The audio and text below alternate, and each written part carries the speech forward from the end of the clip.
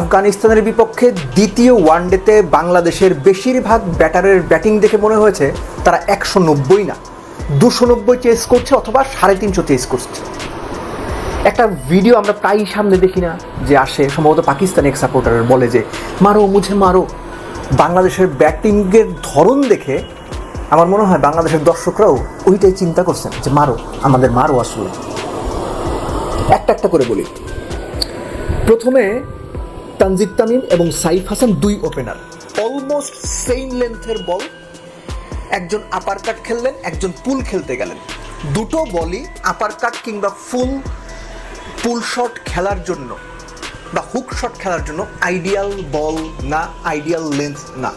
আমি বুঝতাম বাংলাদেশের রানের প্রেশার, ওই শট তখন হয়তো ঠিক আছে, কিন্তু তানজিদ তামিম এই সিচুয়েশনে জানেন যে উইকেটে থাকলে রান আসবে, উইকেটে থাকলে জেতানো সম্ভব। ইব্রাহিম জাবরান সেটা দেখিয়েছেন ব্যাটিংয়ে, তিনি পুল শট খেলে বসলেন।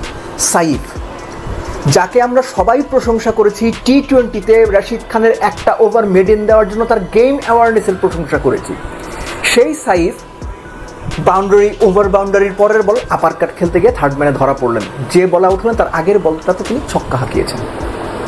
নাজমুল হোসেন শান্ত, সবচেয়ে বেশি আপসেট আমি নাজমুল হোসেন শান্তর রান আউটটা নিয়ে। কেন আমি বলছি, বাংলাদেশ ক্রিকেটে নাজমুল হোসেন শান্তরাই এখন সিনিয়র, এবং যাদেরকে ক্রিকেটের খুব ভালো থিঙ্কার মনে করা হয়, শান্ত ইজ ওয়ান অফ দেম। তাকে হয়তো ট্র্যাপ করা হয়েছে, জাবরান আস্তে আস্তে দৌড়লেন, শান্ত মনে করলেন হয়তো 2 হইতে পারে। যেই মুহূর্তে শান্ত 2-এর জন্য রান করলেন, জাবরান রাশ করলেন এবং দারুণ থ্রো, শান্ত রান আউট। ভুল ডিসিশন 2-এর জন্য দৌড়ানো, শান্ত নিজেও এটা জানেন। খুবই আপসেটিং, খুবই দুঃখজনক। মেহেদী হাসান মিরাজ ভেতরে আসা ডেলিভারিতে বরাবরই দুর্বল, কোয়ালিটি পেসের এগেনস্টে বরাবরই দুর্বল, এলবিডব্লিউ হয়ে গেছেন। তার শট খেলার কোনো দোষ আমি দেব না, একদমই না। তার টেকনিকের যেভাবে আমরা প্রয়োগের আগেও দেখেছি, এটা তারই একটা আউটকাম।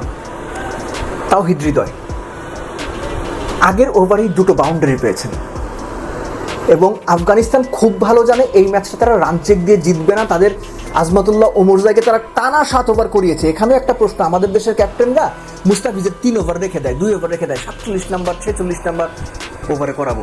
আফগানিস্তানে ধারে 3 ওভার 7 ওভার করিয়ে দিয়েছে তারা ওমরজাইকে। সো তিনি জানতেন যে তাদের মেইন বোলাররাই এখন স্পিনার, রাশিদ, খালতো বা অন্যান্য জায়গায় ডিসিফি।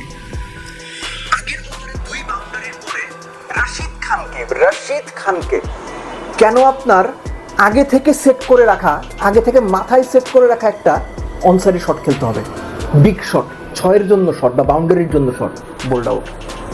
কমেন্ট্রি বক্স থেকেও বলা হচ্ছিল যে এটা আগে থেকে মাথায় সেট করে রাখা শট, রাশিদ খানকে আমি মারবো। কোনো মানে হয় না এগুলো। গেম অ্যাওয়ারনেসের চূড়ান্ত ঘাটতির পরিচয়। নুরুল হাসান সোহান, তার টেকনিক নিয়ে প্রশ্ন আছে, কিন্তু রাশিদ খানকে তিনি যেভাবে মারতে গেলেন, তাওহিদ হৃদয় যে ভুলটা করেছেন, সেই ভুলটাই নুরুল হাসান সোহান অন্যভাবে রিপিট করলেন। ঠিক তার 2 বল না 3 বল আগে তিনি একটা লাইফ পর্যন্ত পেয়েছেন।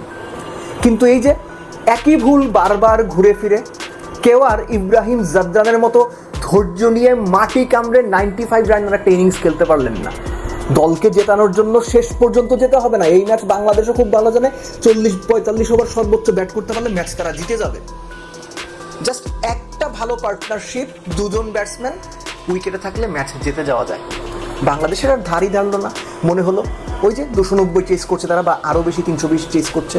খুবই আপসেটিং, খুবই দুঃখজনক। এবং সবশেষ 15টা ওয়ানডে যদি আমরা ধরি, এই নিয়ে বাংলাদেশ বোধহয়, যদি ভুল না করি আমি, 9 ম্যাচে 100 বা তার আগে 4-5 উইকেট হারালো। এটা নিয়মিত হচ্ছে।